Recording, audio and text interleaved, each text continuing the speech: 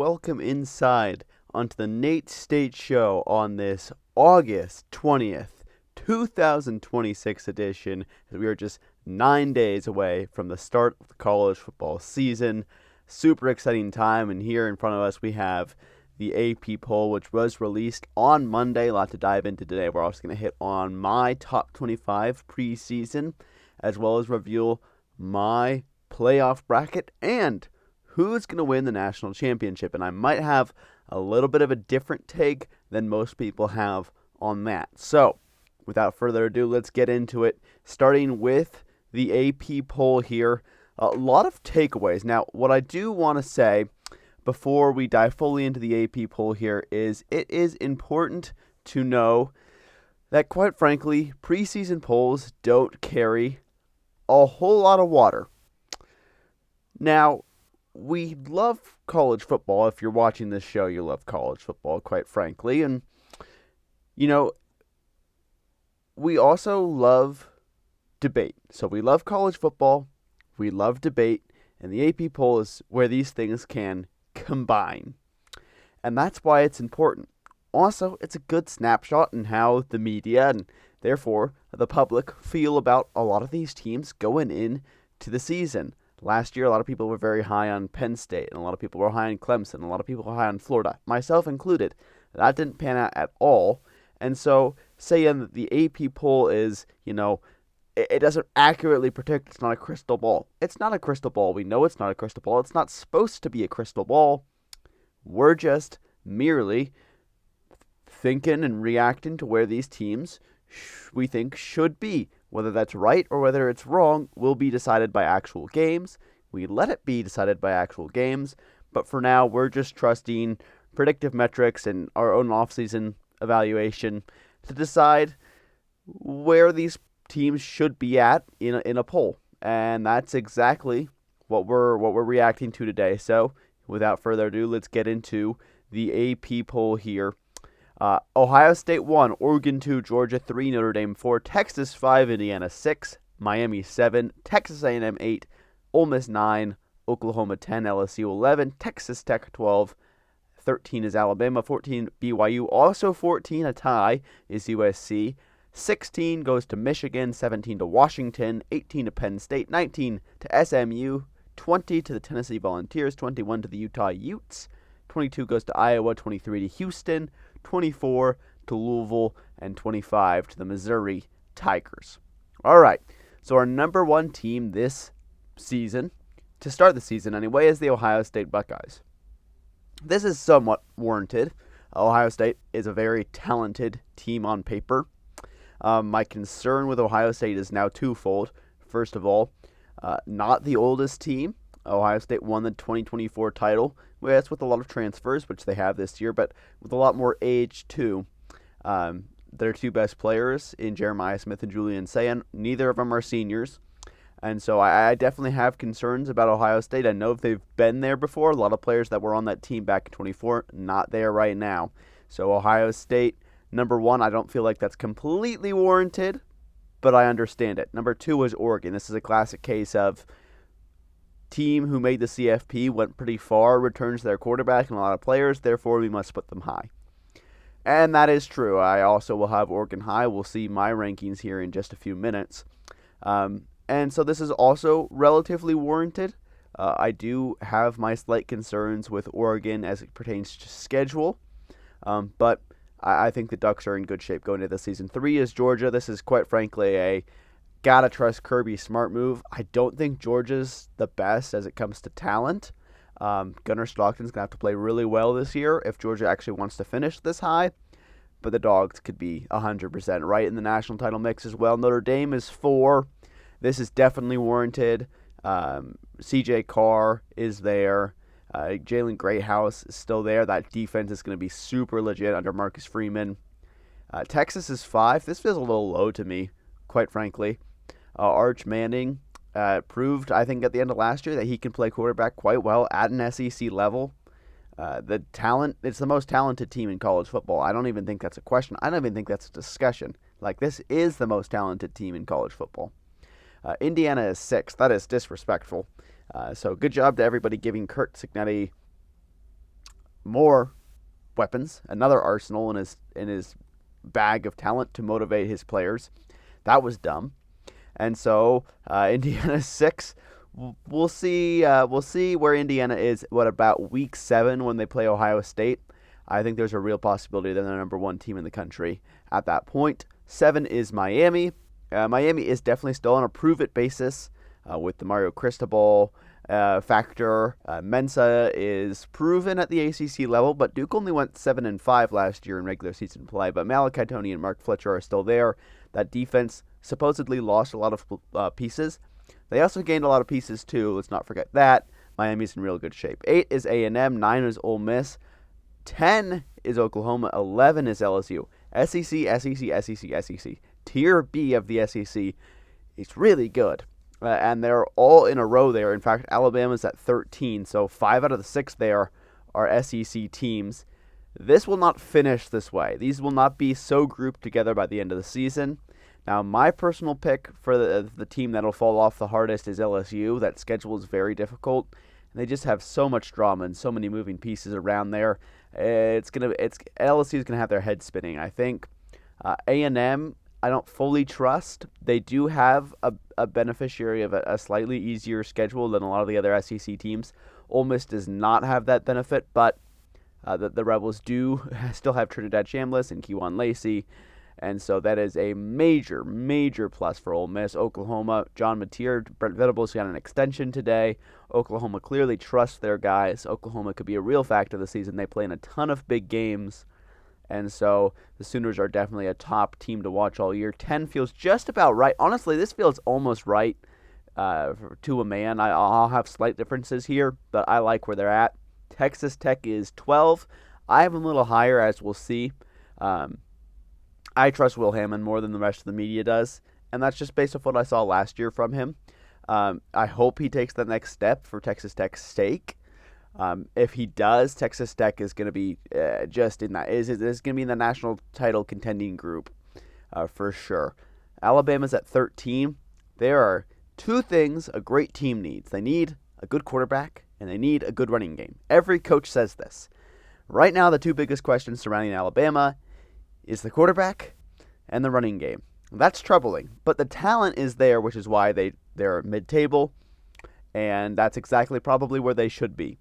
BYU and USC are tied at 14. It's been a while since we've seen a preseason poll tie, but apparently it happens. It happens here.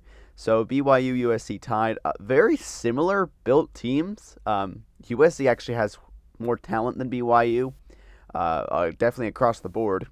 But BYU has a better home field advantage, are a pluckier program, and have certainly the easier schedule. Now, I'm not saying BYU's schedule is easy. It's not. But USC has one of the hardest schedules I've ever seen.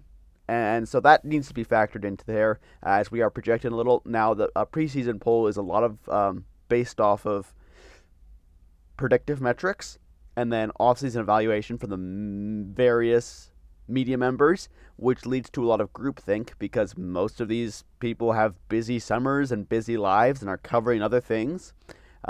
Just as dint that they're AP members. And so there's a lot of groupthink going on about this. I think the Trojans are a little bit low, but not too low. BYU's in the right spot. Michigan 16, Washington 17, Penn State 18, Big Ten. Very interesting to me here. All 3 of these are honestly a little bit in and of itself the same, built sort of the same way, just with 3 different climates they all have to contend with. Washington's going to be built a little bit more forged in the rain. Penn State's going to be forged in the cold. Michigan's going to be forged in the snow. And so they're all northern teams. They all have somewhat similar styles. Obviously, Penn State, basically most of that roster came over from Iowa State. We're going to see a very similar style there. If this was Iowa State with the same exact roster buildup, they would not be as high as 18. So definitely a little bit of brand bias there. But I think Penn State is probably good enough. We'll see how much Penn State climbs this whole season. That schedule is the 2 hardest games they play are Washington and Michigan, respectively, and maybe appropriately too. So Penn State's probably going to have to go 11-1 if they want to make the playoff. They might have to make the Big Ten title game. That's crazy to say about a Big Ten team. That's how easy the Penn State schedule is. But Penn State actually has to be good to make sure that schedule is quote-unquote easy. SMU is at 19. Kevin Jennings, Rhett Lashley, they're all still there. There's tons of money still in SMU. This is a lot of the same team that made the 2024 playoff with some additional transfers. Some of those people departed to either the NFL or a different program, but SMU should be locked, loaded, and ready for another run. Tennessee at 20. That's going to be a mistake. We're going to point at that in the end of the season. We say, wow, how did we have Tennessee that high? I'm going to turn to you and say, I called it. That's exactly what's going to happen. Utah at 21. I like Utah right there. The Utes are very good. Devin Dampier still there. There's obviously some concern with Kyle Whittingham leaving to go to Michigan. But Morgan Scalley is more than capable. I think Utah more or less leaves off exactly where they were last year, which was 10-2. Iowa's at 22. I have some concerns about Iowa myself. I don't have them ranked. They have a lot of transfers. I don't know how well transfers sit in an Iowa system. Very draft and develop type, recruit and develop type program.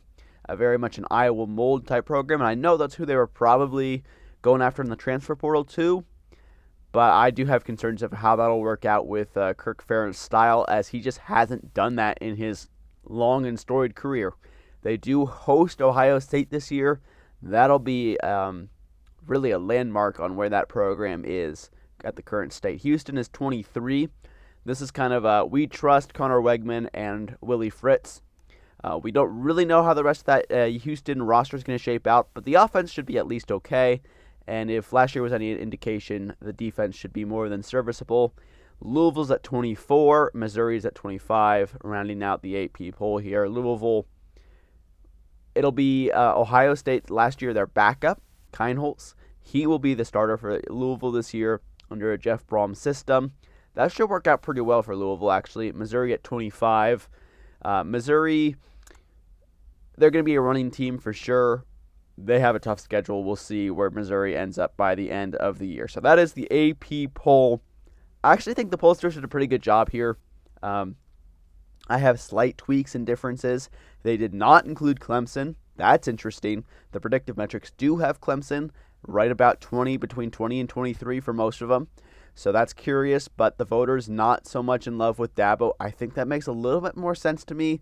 Clemson with way more questions than answers. Most of these teams have more answers than questions. And so I think Clemson being left out is probably the right move. One voter accidentally was trying to vote for Louisville in the 22nd spot. He accidentally voted for Louisiana. I don't know how you messed that up, but they did. And so quick shout out to them. And then I would say some other notable left out. Virginia, not there. I think Virginia could definitely be up here by the end of the season. No, Florida. Florida's definitely on a prove-it deal, especially for me. Aaron Philo, completely unproven. John Summerall is unproven at the SEC level. I need to see it before I believe it quite yet for Florida. I like Florida. I like the pieces they brought in. I like a lot of what they did. I'm just not quite ready to go, ooh, I fully trust Florida just yet. They could easily be up here. And then, no G6 teams in here. We'll see if that remains consistent. Usually the G6 sneaks in by season's end. In fact, they always do, even though we like to discount them in the preseason. Now, as you'll see in my rankings, I do have a G6 team, and it's not just in the 25 spot because I am not merely a token G6 guy. I actually deeply believe in Boise State. We'll see where they're at when I flip over here in just a minute. But just to recap this so far, Ohio State is your preseason 1. Texas is your preseason 5. They'll play in week 2. Only one ranked matchup in week 1. That is a Sunday evening game between Ole Miss and Louisville. So 9 versus 24 there. So a disappointing week 1 for sure. Week 0 and week 1 are really warm-up weeks to what we'll get in week 2 with a fantastic Oklahoma-Michigan matchup, Ohio State-Texas, Kansas will play Missouri. Like, this should be a fantastic week. We got some rivalries. We got some massive games. We have some games with huge stakes. We have some under-the-radar games like week 2. Clear your schedule. It's going to be awesome. All right, my poll. My poll. This is the Nate State preseason top 25. I made this graphic myself. No AI use here. And so, it's actually a little bit easier than I thought it would be. But if it looks a little wonky, this is my first time doing it. But my top 25, from 1 to 25, we got Texas, Ohio State, Indiana, Notre Dame, Oregon, Georgia, Miami, Texas Tech, Texas A&M, Oklahoma, LSU, Ole Miss, USC, Alabama, BYU, Utah, SMU, Michigan, Washington, Penn State, University of Houston, UHU as I like to call them, Missouri, Arizona, Boise State, and Louisville. So a lot of teams carried over from the AP poll to my poll. And some notables here. Okay, I have Texas in the 1 spot.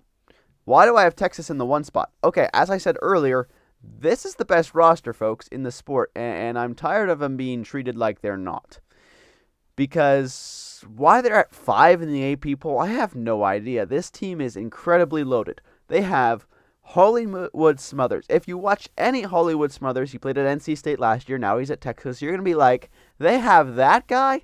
That guy could be easily a first rounder. I think second or third rounder is probably a little bit more realistic with the rate running backs are going at nowadays. But easily right there, Hollywood Smothers. Cam Coleman came over from Auburn. They basically got him because, they don't really need him. They have Trey Wingo still. They got him because they didn't want anybody else in the SEC to got him. That's really why they got him. And he's just so good at being a receiver. He was the target for Auburn last year as Auburn really struggled to move the ball, but when they did, it was often because of Cam Coleman. Arch Manning's still there. That defense is super invested in. I think Texas paid the most money for their roster in all the sport. Texas is being disrespected, quite frankly, by the voters. I will not disrespect you, Texas. I have you as my preseason number 1 team. Now, last year would have been the same case, but and then they kind of crapped the bed a little bit. So let's see if Texas does that this year and lets me down again. All right, Ohio State's my number 2 team. Ohio State, as I mentioned earlier, just loaded with talent. Lot of things they need to prove first. I would actually have them lower, but I also understand the preseason poll is there to create drama, and because it's there to create drama, I could set up 1 versus 2 in week 2. As long as Texas beats Air Raid Texas State, and Ohio State figures to beat a rather shaky Ball State roster. As long as they both manage to do that, then we would have 1 versus 2 the way God intended. Number 3 is Indiana. Okay, the voters may have disrespected Curt Cignetti, but I only slightly disrespected Curt Cignetti. Indiana is the number 3 team. I really like Josh Hoover as their quarterback. I really like the defense still. I know they lost some pieces. I don't think it'll matter. I really like this Indiana team, and I think it's important that we remember their schedule is, again, not the most difficult thing in the world. They have the chances to get the big wins they need. They have the chances to rack up the wins they need. They don't have a ton of losable games at the start of the season when they're still figuring things out. They're going to be a well-oiled machine by the time they roll into Ohio State there in Week 7, or at least Ohio State rolls into Bloomington. Indiana should be at that point, unless some major upset happens, 6-0. Notre Dame's my number 4 team. I like C.J. Carr. I have him in the exact same spot the AP poll does. So we're going to just leave Notre Dame there. Oregon's at 5. I have them lower than the AP poll. Some things I don't fully trust about Oregon yet. They're kind of on a see-it-to-believe-it basis as far as that, like, the number 1 team goes. But they could definitely be there. They got Boise State and Oklahoma State as their first 2 games of the season. If they go blowout there, they're at Oklahoma State. I should point out, if they go blowout there, they're going to be jumping up for sure, because here at the Nate State Top 25, once the games actually start, we are purely reactionary for the AP poll. We just purely base it on reacting to the games and that sample size, which makes for some crazy results, quite frankly. But I think that's the way the AP poll should go. And because I get to do my own ranking, because, this is America and I have First Amendment rights, then that's exactly what I'm going to do. I'm going to make it just super fun, super wacky, and purely based on results. Not quite the same case of what we'll be doing with the playoff bracket, but we'll get into all those specifics at a later point. For now, let's focus in top 25, going down the list. 6, Georgia. Again, this is very much the same talent level as last year when they crashed out in the quarterfinals. Again, Georgia is going to be that good, and Kirby Smart is going to be that good, and the defense is going to be that good. We'll see with Gunnar Stockton. Miami is at number 7. Their offense is going to be amazing. They just have a bunch of players moving in, moving out. And so, therefore, I'll just have Miami at 7. Again, that's kind of a placeholder spot. They could easily move up. Texas Tech I have at 8. I really, really, really like this Texas Tech squad, actually. Will Hammond is going to be the driver for this team. But the rest of that roster is really good. And they would have been right here, if not higher, if Sorsby was their quarterback. Obviously, that's not happening, but there's reason to believe in Texas Tech, in my opinion. Number 9, I have as Texas A&M, Marcel Reed. Take me home. He does need to take a step forward if Texas Tech is going to maintain this position, or Texas A&M, I should say, is going to maintain this position. Number 10 is Oklahoma. The Sooners. Sooner or later, they were going to be back to consistently being here. Looks like that time is now. Mateer just needs to play like himself, his Washington State self from a few years back, and Oklahoma will easily be higher than this if he is looking more like what he was at the end of last year. I'm definitely more trepidatious on the Sooners. Number 11 is LSU. So many moving parts this year for LSU. I just don't know where to put them, so I put them here. Predictives have been a little higher. I don't care if you have them a little higher. I understand it, but just kind of there for now. Right behind them is Ole Miss, the team Lane Kiffin left behind. That should be just so delicious in week 3. LSU at Ole Miss. Looking forward to that one. 13, I have the Trojans of Southern California. This is a really good roster. They just have a brutal schedule. They have a 5-game stretch where I think they play Washington, Oregon, Wisconsin, Ohio State, all in some order like that. And it's just brutal. Alabama's 14, as I mentioned when we were going through the AP poll. Again, the quarterback running back situation is still to be founded there at Alabama. So having him this high is really just a vote of confidence in Kalen DeBoer. Remember, he took Washington to a national title game. To a national title game where they lost to Michigan. And so, therefore, I think I still believe in Alabama, but I don't know I believe in Alabama. BYU at 15. Predictives have BYU actually a little lower than this, so does Vegas. But I happen to like the Cougars and Bear Bachmeier there. I think they could do some special things. I think they'll be right there in the Big 12 title race. Right behind them is Utah.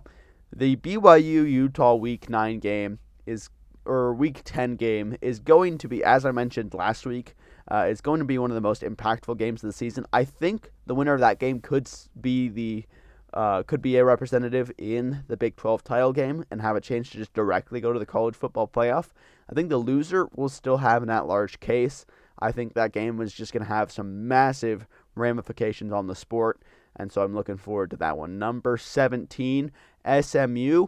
I believe in Kevin Jennings and Rhett Lashley. Hopefully that defense holds up. They'll have a true test on Labor Day against Florida State. Number 18, 19, 20, all Big Ten teams, as I mentioned earlier. Michigan, Washington, Penn State. Again, with Penn State, that's an easy schedule. We'll see how good they end up being. If Iowa State had that schedule last year, I would have felt very comfortable ranking them right about where Penn State is at now. And so I feel like that ranking is fair for the Nittany Lions. Michigan, Washington, they both have early, tough tests.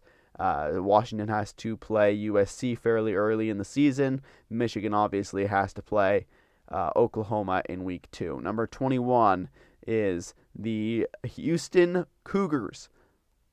Willie Fritz was just a fantastic coach at Tulane. Last year he went 9-3. I have reason to be optimistic about Houston. I like Connor Wegman a lot. He's a little bit of a Haynes King prototype, a white runner, as we like to say. And I think he could shake and bake his way. The Big 12 is loaded with quarterbacks. Number 23 is Arizona and Noah Fifita. The Big 12, if you like really good quarterback play, go watch Big 12 football this year. It is presented by Monster Energy, but it is also presented by a lot of elite quarterbacks. If you don't have an elite quarterback and you're in the Big 12, you're just up a creek without a paddle. No ifs, ands, or buts about it. Number 22 is the Missouri Tigers. I have them a little higher than the AP poll. I actually don't think Missouri's going to have a particularly successful season, but the predictive metrics had them somewhere around here, and so do I. Number 24 is a team the predictive metrics did not have this high, but still significantly higher than the rest of the G6. The Boise State Broncos. Boise State, the G6 darling of yesteryear, just continues to make sure they're relevant year after year after year. Last year was a down year. They won 10 games. 9 games, technically.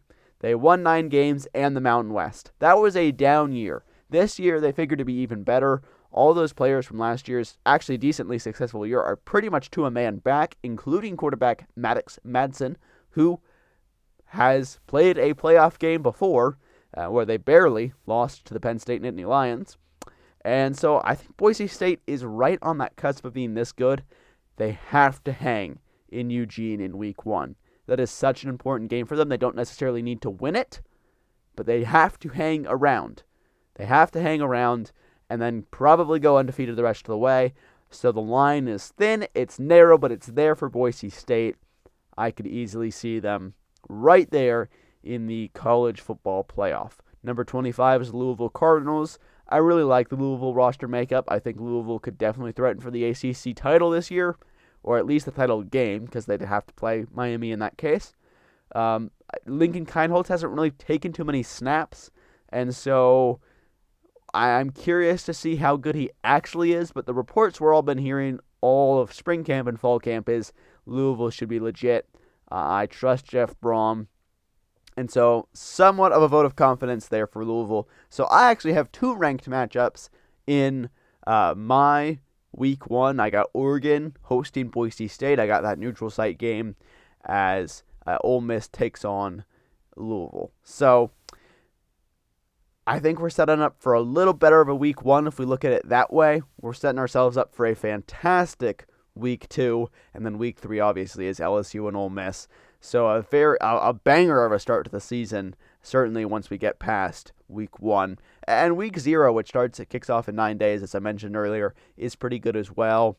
Not a lot of ranked action. I think USC is our only ranked team. They host San Jose State, but that even should be intriguing because we get to see an early look if Jaden Ma'ava, their USC quarterback, has in fact taken a step forward.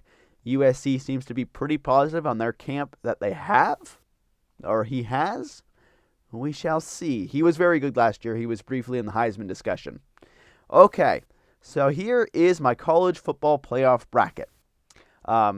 So here in the 12th spot, I have the Boise State Broncos. I couldn't really put them much higher than this, even though I would like to, just because I think the teams 1 through 11 are just going to be metrically slightly better than them. In that 5 spot, I have the Texas Tech Red Raiders. I think Texas Tech wins the Big 12. They only suffer 1 loss. They're going to be shaky the whole year, but they're going to get through. I'll have Texas Tech as my Big 12 champion, and they get to host Boise State. That's not too much of a reward. There is a world where Boise State puts a ton of pressure on Will Hammond and wins that game. If it were to happen, I could see it. All right, my 8-9, Texas A&M, the Aggies, this time do not get to host a playoff game, but they do go to Texas, SMU, get to travel within the state, go from College Station all the way to Dallas-Fort Worth there, specifically Dallas for SMU. I get to play in the Ford Stadium there, legendary bowl hosting Ford Stadium there in Dallas. Texas A&M, SMU, the 8-9 game there. For this to happen, SMU has to at least make the conference championship game. I think they will. I have Miami beating them in the ACC championship game. SMU has a rather large game mid-season against Virginia. If they lose that game, all bets are off. If they lose that game, SMU's path gets very tough because they still have to play Notre Dame in South Bend late in the season. For the Aggies, they actually have a fairly easy first 10 games, and then they finish Oklahoma, and then they have to play after that Texas on Black Friday. So 2 massive games in 6 days would be absolutely brutal for the Aggies. Now, the Texas game is at home, but that didn't really help them out 2 years ago, did it?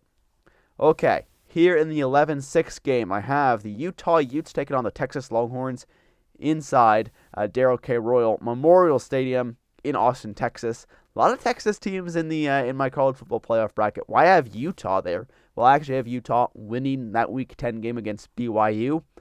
They go to the Big 12 championship game, 11-1. They lose that one, but the committee hasn't so far punished teams for losing conference championship games. If that continues, Utah should be in the big dance. Texas, I have playing Georgia in the SEC title game. I have them losing because, quite frankly, Georgia has their number, and so the Texas Longhorns, who might make it there with just one loss or even undefeated, would then fall out of the top 4 all the way behind Texas Tech, who would be the champion of the Big 12 in that case, to the 6th spot, which actually gives them a half-decent path. They wouldn't probably be too upset in that case, although they might because, again, they said we are talking about Texas fans here. Oregon and Ole Miss, the 10-7 game. Now you may want to, Nate, how in the world is Oregon falling all the way to 10? That couldn't happen. Oh, well, maybe it could. Maybe they just lose 2 games, and then everybody else pretty much in front of them would have either 1 or 2 losses with a little bit of a better win structure. Now, you might be thinking, well, Nate, they would still have better wins than Texas A&M, wouldn't they? Yeah, they might, but I think the committee would want to avoid an SEC versus an SEC in that. And so just bracketology-wise, I think the committee would avoid that up there and put Texas A&M in the 9th spot, Oregon as the 10, because the schedule is mostly comparable there between the Ducks and the Aggies. So just some bracketology notes I would have there between Oregon and Texas A&M, which is why I have Oregon in the 10 spot, Texas A&M in the 9. Ole Miss is in the 7 spot. They would have 2 losses in this case, but their win structure would be really good. I have them beating Georgia and LSU, so that would probably vault them over the rest of the 2-loss teams just because the win profile is amazing in that case. I think the only team that gets out of here undefeated this whole season is going to be Indiana. I have them going 12-0. Most of the big games for Indiana this season is at home. The last time they lost at home was not in the Cignetti era.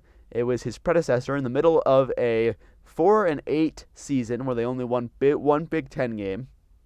They lost to Michigan State towards the end of the season at home. That's the last time they lost at the Memorial, at the Rock there in Bloomington.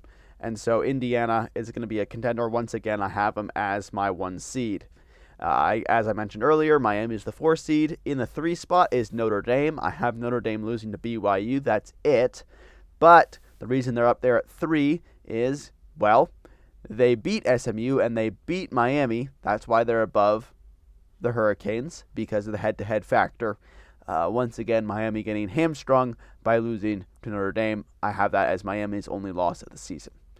Number 2 is Georgia, as I mentioned earlier. I have them winning the SEC. I think they get out of there with just 1 loss. They have Texas's number. Why wouldn't the Bulldogs, in that case, win? Okay, so this 5-12 matchup, I will pick the Red Raiders of Texas Tech. I think Boise State could potentially win that game. They've proven they have that kind of magic, but I'll give the home edge to the Red Raiders there. Marcel Reed has to play really... I mean, these are 2 of almost the same quarterbacks, Kevin Jennings and Marcel Reed. They both like to run. They both like to make dangerous throws. A lot of zone reads, a lot of RPOs between the 2 of them. And so a very similar style of matchup. I just think Texas A&M's probably a little better. I have them advancing there to what would likely be the Rose Bowl to play the Indiana Hoosiers. The Utes and the Longhorns. Devin Dampier is a great quarterback. but the Texas roster is just too deep. Give me the Horns in that case. And again, we're trying to pick a bracket like ages in advance, and so that could create its own host of issues. But this is just for fun. This is August 20th. What else are we gonna do for fun? We don't have any games to talk about. Those start in 9 days, so let's just do this now. And then Oregon and Ole Miss. Ole Miss is having a great season to this point, but I think Oregon's a little bit better, so I'd have the Ducks over that. So then, in that case, we'd have Texas Tech, Miami. We'd have Texas A&M, Indiana, Texas, and Notre Dame, and then the Ducks of Oregon taking on the Georgia Bulldogs. That thing is juicy as all get out. I'd have Miami in this case beating Texas Tech. I think pretty much to a man across that roster, I like Miami a little bit more and basically every position. I don't think that'd be particularly close. I think Cignetti would have their number. It looked a little bit like that Alabama-Indiana game from last year. Give me the Hoosiers to win that. And then on this other side of the bracket, Texas taking on Notre Dame. This would be by far Notre Dame's biggest test, maybe past the Miami game so far. While I like the Irish, I like the Horns a little bit more. Give me Texas. Oregon, Georgia. Oregon has not had statistically a great probability of winning in games like this. But I think what we're going to look up here in about, 4 months, maybe 5 months, 4 months, I believe, we're going to look up and say, does Georgia have a quarterfinal problem? Because if you remember, 2 years ago they lost to Notre Dame. And last year they lost to Ole Miss. And now, this year, I'm going to give Oregon the nod here. Oregon is going to win the game and advance to the semifinals. Miami, Indiana. How about a natty rematch in the semis? How about it? I think it goes down similarly. Indiana wins. All right, Texas, Oregon. A lot of pros and cons to both these teams. But as I've mentioned earlier, I think Oregon might have the slight quarterback advantage here with Dante Moore over Arch Manning. I think Oregon will not have quite a slight defensive advantage. I think the Texas offensive line is a little better. I think the Texas receiving corps is a little better. And in a game that's likely to play indoors, give me the Longhorns in a speed match. So that makes it Indiana and Texas for the title. And the question is, could it happen again? Could Indiana go 16-0 again? Could they win 32 consecutive games? That feels almost impossible in this era of college football. Or will it be Texas who finally breaks through, who finally wins a title with Sark and Manning and Smothers and Coleman and that defense? Texas, across the board, feels like they'd have more talent. But what they don't have is they don't have my full trust yet. Indiana does. Give me the Hoosiers. They go back to back. They win the title. That is my pick for the national title. So why do I have Indiana winning the title? An Indiana back-to-back bid almost feels impossible. But the reason is quite simple. Look, here's the deal. Indiana has the number 1 portal class. Josh Hoover came in. They still have Charlie Becker. They upgraded at tight end. That offense should theoretically be just about the same as it was last year. That was a really good offense. The defense brought in a ton of guys to replace, like Aiden Jones left. They got a new linebacking core. That secondary is going to be very similar. Curt Cignetti brings in winners. And now that he's won a title, winners are going to flock to Indiana, and they did. Again, this is the number 1 portal class. I feel like that's not being stated enough when Curt Cignetti has been really the only coach to be able to successfully flip twice with the portal era. And you know what? That's enough for me. That's enough for me to sit here and go and say Indiana is going to win back-to-back titles.